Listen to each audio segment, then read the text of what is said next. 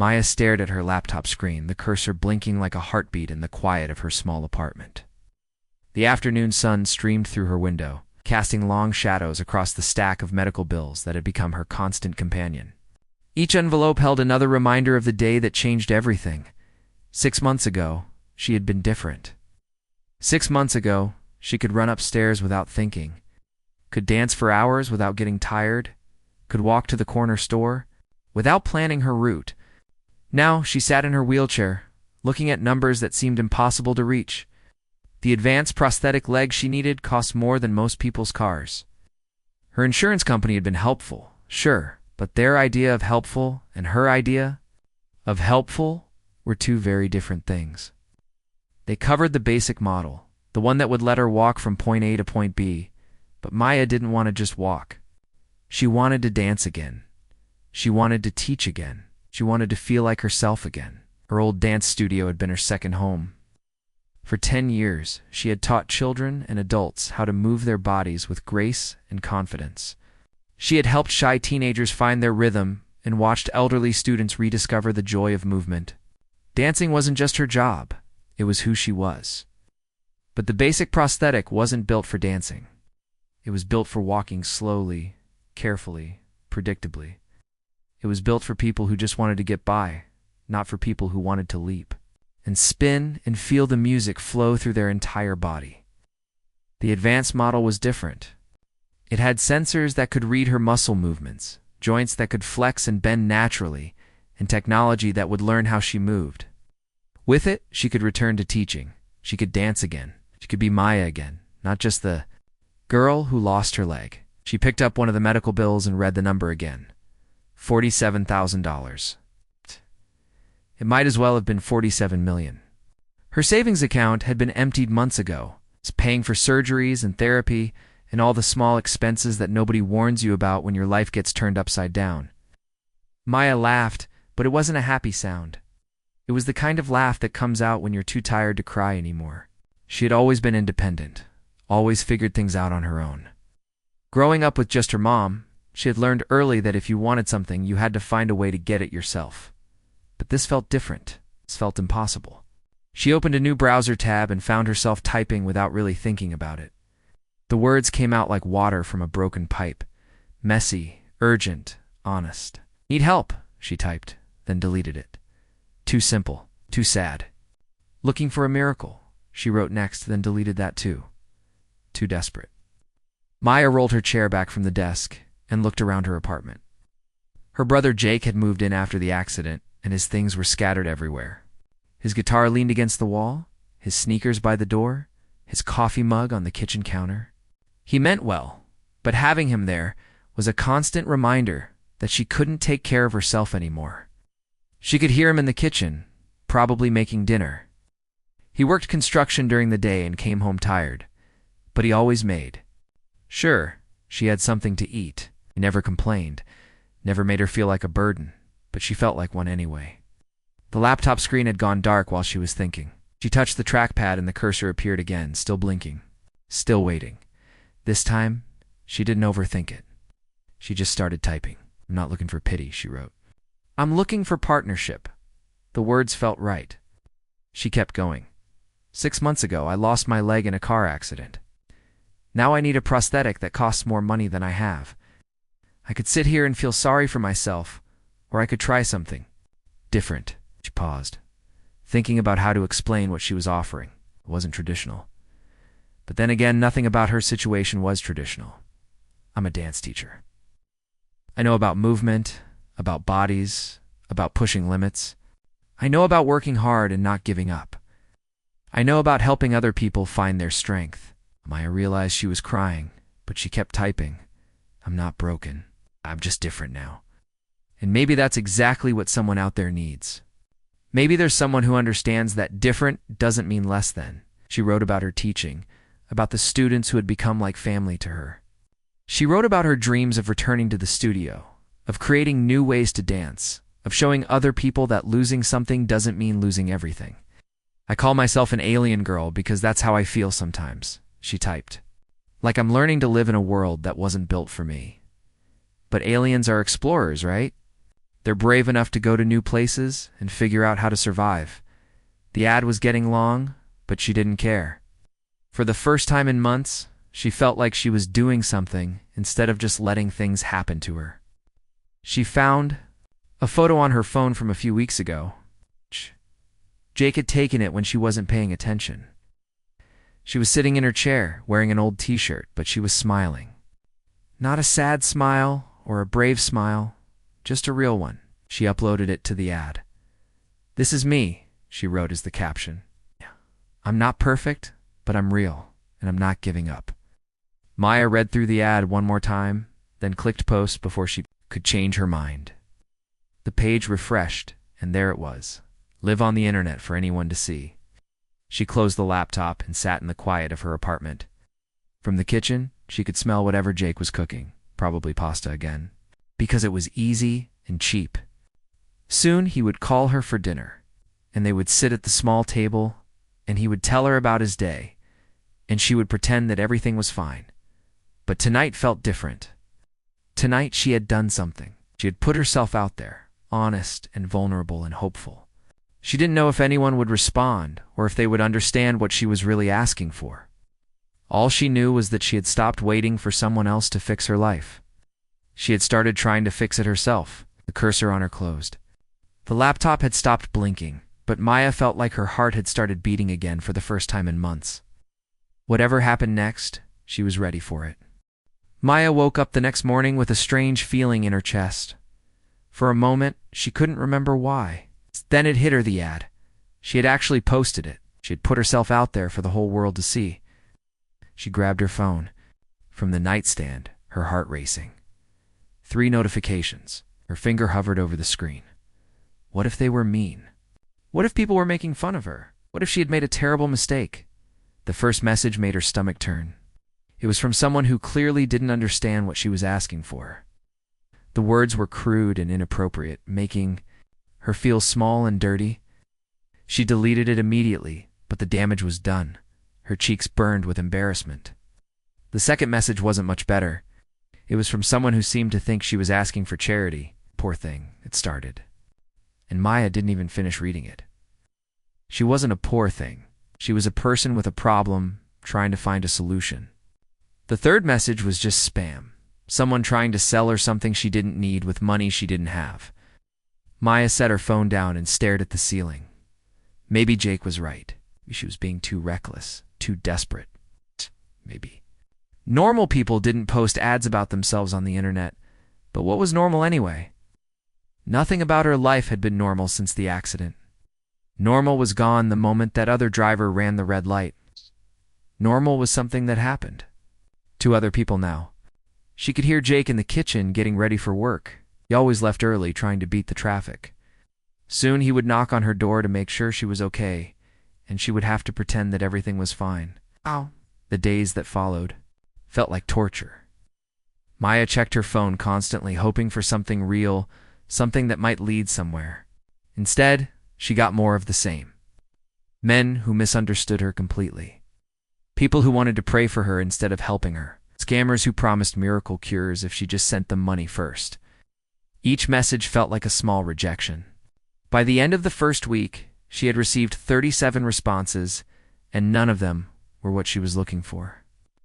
She started to wonder if what she was looking for even existed.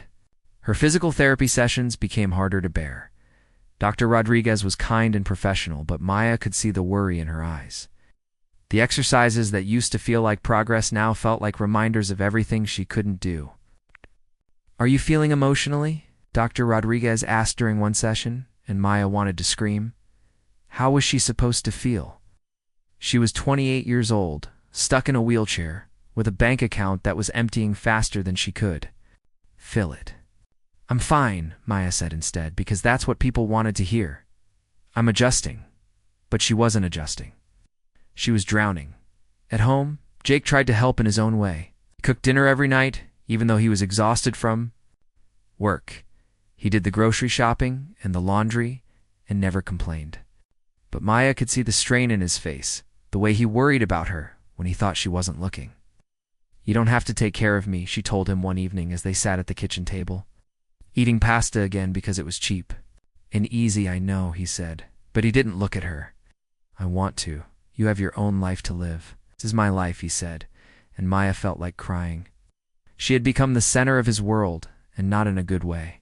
She had become his responsibility, his burden, his reason for coming straight home from work instead of going out with friends. The nights were the worst. During the day, she could distract herself with therapy or emails or the mindless scroll of social media. But at night, alone in her bed, there was nothing to keep her thoughts from turning dark. She thought about the dance studio where she used to teach. She wondered if they had found someone to replace her if her students missed her, if they even remembered her name. She had built her entire life around movement and music, and now she felt like she was living in silence. Sometimes she would lie awake and remember what it felt like to dance. The way her body used to respond to music without her even thinking about it. The way she could lose herself in movement, forget about everything else, just exist in the moment. She missed that feeling more than she missed her leg. Her savings account kept shrinking. The medical bills kept coming. Prosthetic she needed felt more impossible with each passing day.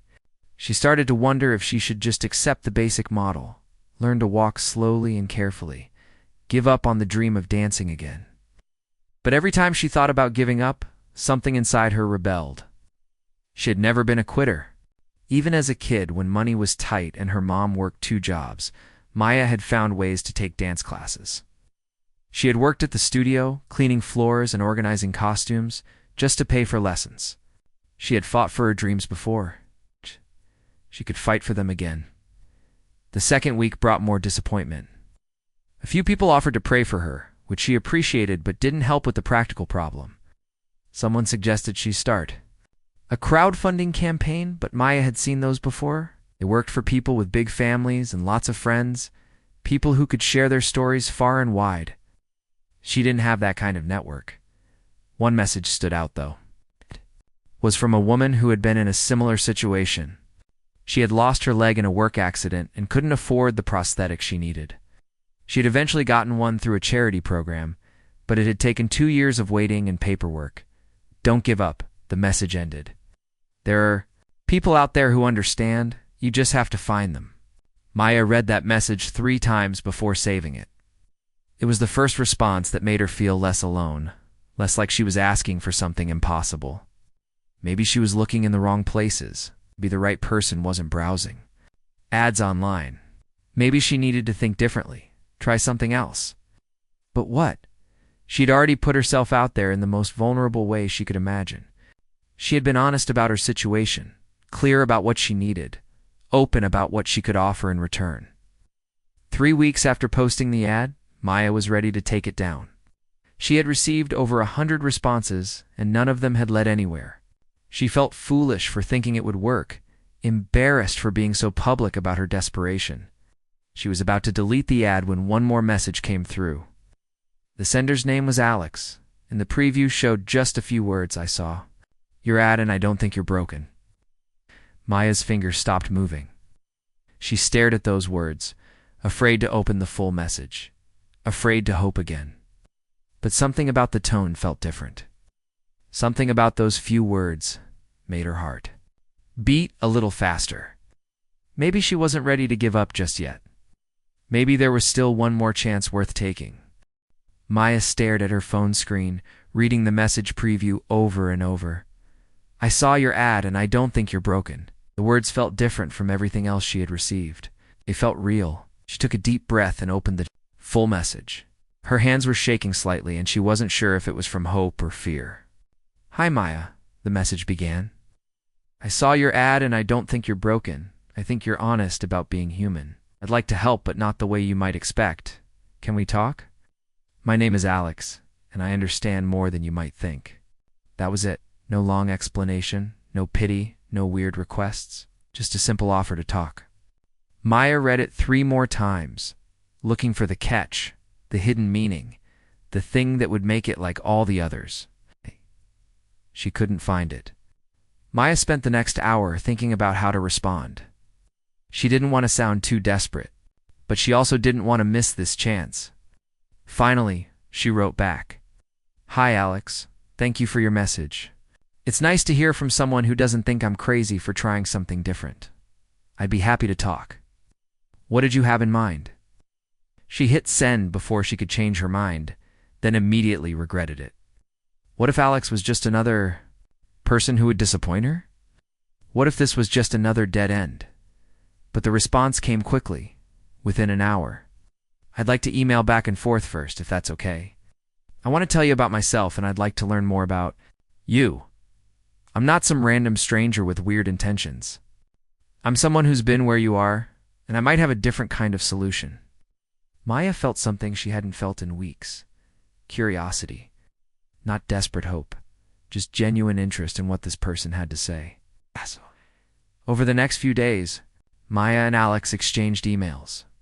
Slowly, carefully, they began to share their stories. Alex told Maya that she was 34 years old and worked as a biomedical engineer. She had lost her leg in a military accident 5 years ago and had gone through the same struggle with prosthetics that Maya was facing now. The worst part wasn't losing my leg, Alex wrote. It was feeling like I had to choose between accepting less than what I needed or being seen as demanding. Like I was supposed to be grateful for whatever I got, even if it wasn't enough. Maya felt tears in her eyes as she read those words. Someone understood. Someone had been exactly where she was.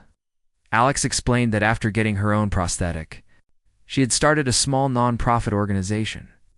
She used money from her tech patents to help fund prosthetics for people who couldn't afford them. But she didn't just write checks and walk away. I learned that the money is only part of the problem, Alex wrote. The real challenge is the whole system, the way people with disabilities are treated. It's the way we're expected to just accept whatever we're given, the way we're made to feel. Like we're asking for too much when we want our lives back. Maya found herself writing longer emails, sharing things she hadn't told anyone. She wrote about her dance studio, about the students who had become like family, about the dreams she was afraid to admit she still had. I don't just want to walk, she wrote to Alex. I want to dance. I want to teach. I want to show people that losing something doesn't mean losing everything. But sometimes I feel like I'm asking for the impossible. Alex's response surprised her. What if I told you that you're not asking for the impossible? What if I told you that your background in dance and movement is exactly what I've been looking for? Maya read that sentence 5 times before it sank in. Alex wasn't just offering to help her. Alex was suggesting that Maya could help too. In her next email, Alex explained her vision. She wanted to create a comprehensive program that combined the technical aspects of prosthetic fitting with the emotional and psychological support that was missing from traditional rehabilitation. I have the engineering knowledge and the funding, Alex wrote, but I don't have your expertise in movement and body awareness. I don't have your understanding of how to help people rebuild their relationship with their bodies. I need someone like you. Maya felt dizzy as she read the email. This wasn't charity. This wasn't pity. This was partnership. I'd like to meet you, Alex wrote. Face to face if you're comfortable with that. I want to show you what I'm working on, and I want to hear more about your ideas. I think we could create something amazing together. Maya sat back in her chair, staring at the screen. 3 weeks ago, she had posted an ad online in desperation.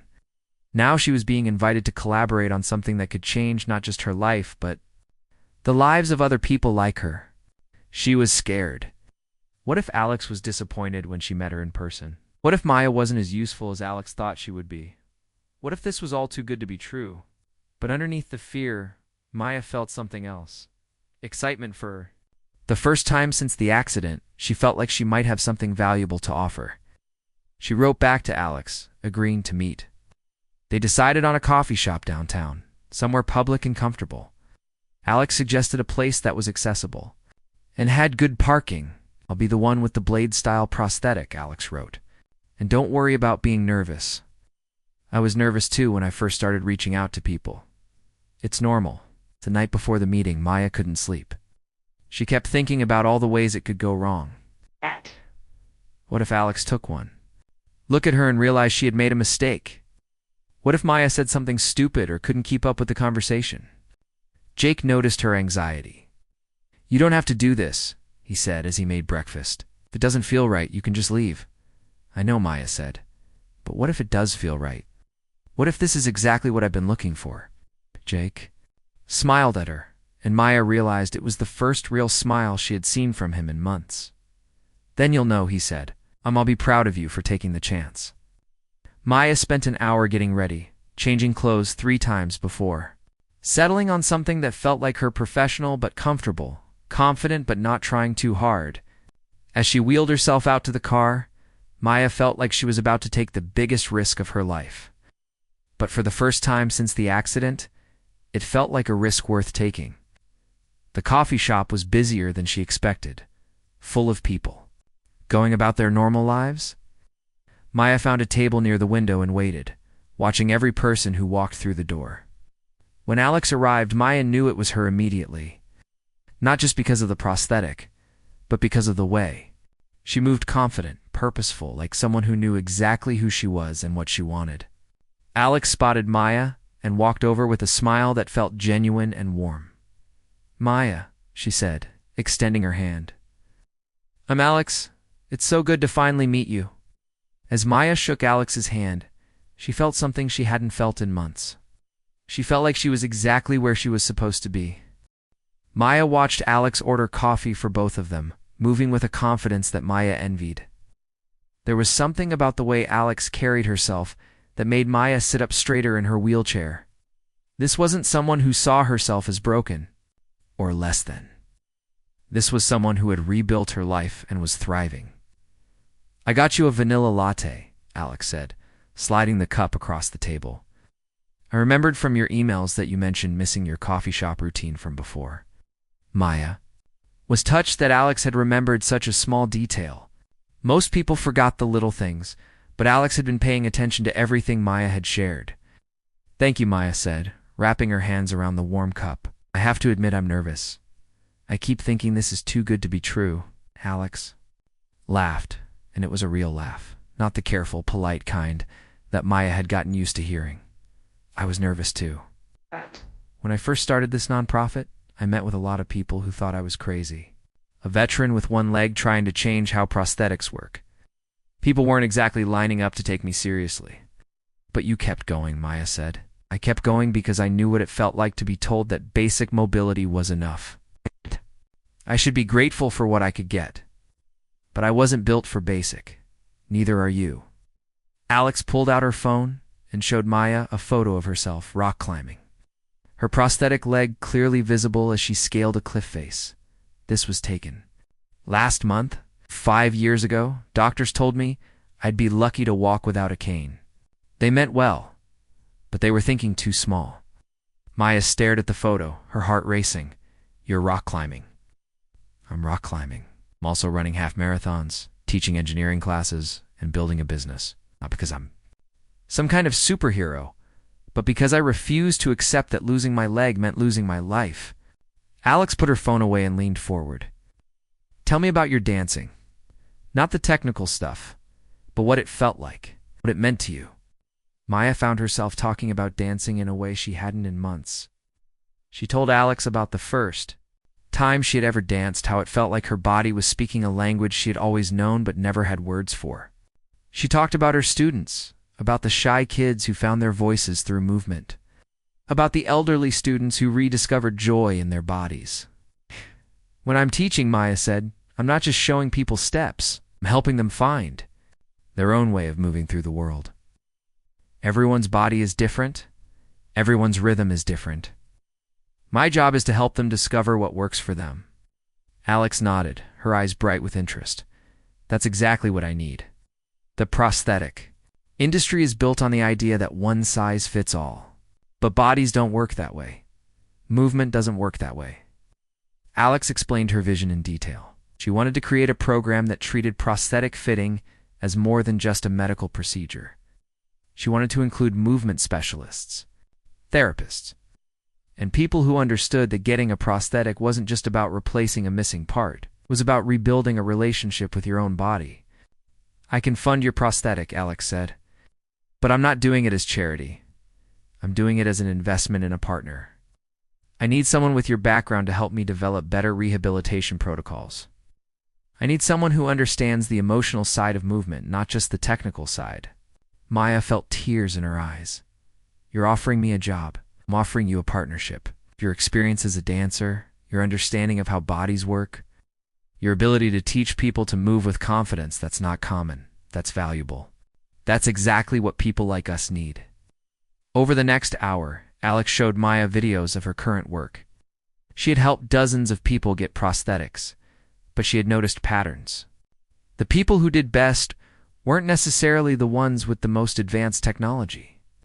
They were the ones who had support in rebuilding their relationship with movement. "I've been looking for someone like you for 2 years," Alex said. "Someone who understands that the prosthetic is just the beginning. The real work is helping people remember that their bodies are still their own."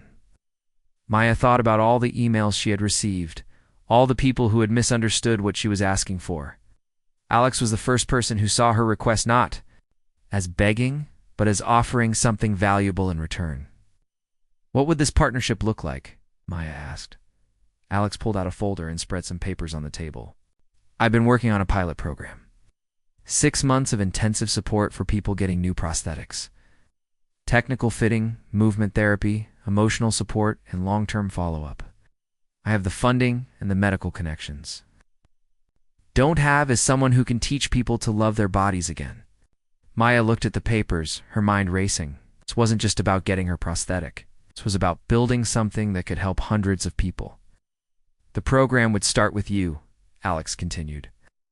"You'd be our first participant, but also our first movement specialist. You'd document your own process while helping us design the program for others. By the time you're comfortable with your new prosthetic, you'd be ready to help other people through their journeys." "You want me to be a guinea pig and a teacher at the same time," Maya said. "I want you to be a pioneer. Someone who proves that losing a limb doesn't mean losing your dreams. Someone who shows other people that they can rebuild their lives bigger and better than before." Maya sat back in her chair, overwhelmed. 6 months ago, she had been a dance teacher, living a quiet, happy life, and everything changed in an instant. She had felt like her story was over, like the best parts of her life were behind her. Now Alex was offering her a chance to write a completely new story, not just for herself, but for other people who were sitting in hospital beds or rehabilitation centers wondering if their lives were over too. "I have one condition," Maya said. "What's that?" "I want to document everything. Not just for your program, but for people who are going through this alone. I want to create something that shows people they're not the only ones who feel lost. I want to show them that it's possible to find something even better than what they lost." Alex smiled, and Maya could see the excitement in her eyes. "I was hoping you'd say that." "I think we're going to change some lives, Maya, starting with yours." As they shook hands across the table, Maya felt something she hadn't felt since before the accident. She felt like she had a future. Not just any future, but one that was bigger and more meaningful than anything she had imagined before. The scared, desperate woman who had posted that ad online was still part of her. But now she was also becoming someone new, someone who had taken the worst thing that ever happened to her and found a way to turn it into something beautiful. For the first time in months, Maya couldn't wait to see what came next. 6 months later, Maya stood in front of the mirror at her old dance studio, but everything was different now. A reflection looking back at her showed someone she was still getting to know. Her new prosthetic leg stood steady beneath her, responsive to every small movement she made. But more than that, her eyes held something that had been missing for so long: confidence. Ash! She ran her hand along the smooth surface of the prosthetic. It had taken weeks to get used to the weight of it, the way it moved with her body instead of against it. Alex had been right about the technology. This wasn't just a replacement part. It was an extension of herself, designed to learn how she moved and adapt to her style. But the real change wasn't in her leg. It was in her heart. The studio looked exactly the same as it had before the accident. It's the same mirrors, the same wooden floors, the same sound system in the corner. But Maya felt like she was seeing it through new eyes. She wasn't the same person who had taught here before. She was someone new, someone who had been broken and rebuilt herself stronger. "Are you ready for this?" Alex asked from the corner of the room. She had become more than a business partner over the past months. She had become Maya's closest friend, the person who understood her journey better than anyone else. "I think so," Maya said, adjusting her position. It's strange being back here. Good strange, but still strange. Alex nodded. The first time I went back to rock climbing, I spent 20 minutes just staring at the wall, kept thinking about all the ways it could go wrong, and then I remembered that the worst thing that could happen to me already had. Everything else was just life. Maya smiled. Alex had a way of putting things that made everything seem possible. Over the past 6 months, Maya had learned that Alex wasn't just brilliant at engineering. She was brilliant at seeing potential where other people saw problems. Their pilot program had grown beyond anything Maya had imagined when they first shook hands in that coffee shop. What started as a partnership between two people had become something much bigger. They now had funding from a major foundation, support from 3 hospitals, and a waiting list of people who wanted to be part of their program. But today wasn't about the program. Today was about Maya reclaiming the part of herself she thought she had lost forever. The door to the studio opened, and Maya's first class of the day began to arrive. But this wasn't a typical dance class. These were people like her amputees, people with mobility challenges, and able-bodied people who wanted to learn together. Maya had designed the class to show that dance wasn't about having a perfect body. It was about expressing yourself with whatever body you had. Her first student was David, a construction worker who had lost his arm in an accident 6 months ago. Behind him was Lisa, a teenager who had been born with one leg shorter than the other. Then came Robert, a grandfather who had lost his leg to diabetes but wanted to dance at his granddaughter's wedding. Each person in the class had a story. Each person had faced the moment when they thought their dancing days were over. And each person had decided to prove themselves wrong. "Good morning, everyone," Maya said, her voice stronger than she had expected. "Welcome to our adaptive dance class.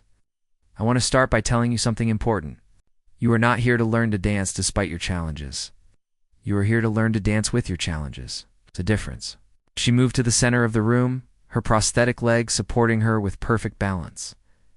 6 months ago, she couldn't have imagined standing here. Now she couldn't imagine being anywhere else. "Dance isn't about perfection," Maya continued. "It's about expression. It's about finding your own way to move through the world.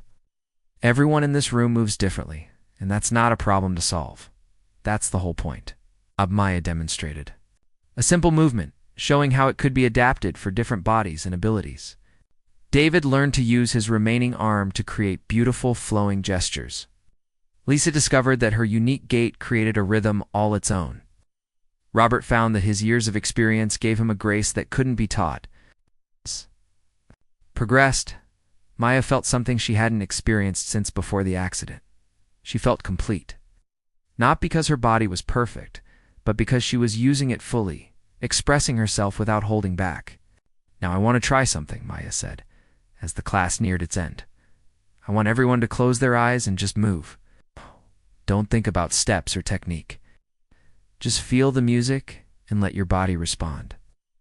Maya closed her own eyes and let the music wash over her. For a moment, she was nervous. What if her prosthetic didn't respond the way she wanted? What if she fell? What if she looked awkward? But as the music played, all those fears melted away. Her body began to move, and it felt like coming home. The prosthetic leg moved with her, responsive and strong. Her arms flowed through the air. Her remaining leg carried her weight with confidence. She was dancing, really dancing, not just moving carefully or going through the motions. She was expressing herself fully, without fear or limitation. When she opened her eyes, she saw that everyone in the class was moving with the same freedom.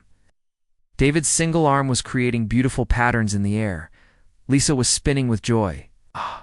Robert was swaying with the confidence of someone who knew exactly who he was. Alex was filming from the corner, documenting everything for their program.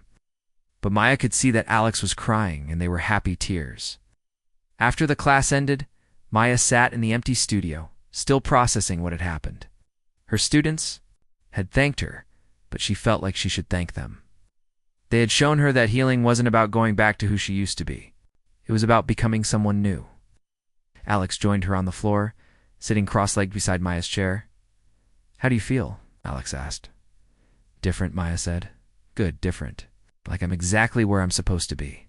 Do you remember what? You wrote in that ad about being an alien girl? Maya laughed. I can't believe I called myself that. I'm glad you did, 'cause aliens are explorers, right? They're brave enough to go to new places and figure out how to survive. That's exactly what you did. Maya looked around the studio, thinking about everything that had led to this moment. The accident that had seemed like the end of her story, the desperate ad that had felt like a last resort. The partnership that had become so much more than either of them had imagined. I used to think that losing my leg was the worst thing that ever happened to me, Maya said. And now? Now I think it was the thing that led me to the best thing that ever happened to me. Not the losing part, but what came after. What I built from the pieces. Alex smiled. Tss. Maya looked at the mirror, seeing her reflection. Strong, confident, ready for whatever came next. We keep dancing, she said. We keep showing people that broken doesn't mean finished. We keep proving that sometimes the most beautiful things come from the places where we thought we were beyond repair. As they left the studio together, Maya realized that her story wasn't about a girl who put herself up for sale. It was about a woman who put herself out there, vulnerable and honest, and found something better than she ever could have imagined. She wasn't the same Maya who had written that ad. She was someone new, someone stronger, someone who had learned that the best partnerships come from the most unexpected places. And she was just getting started.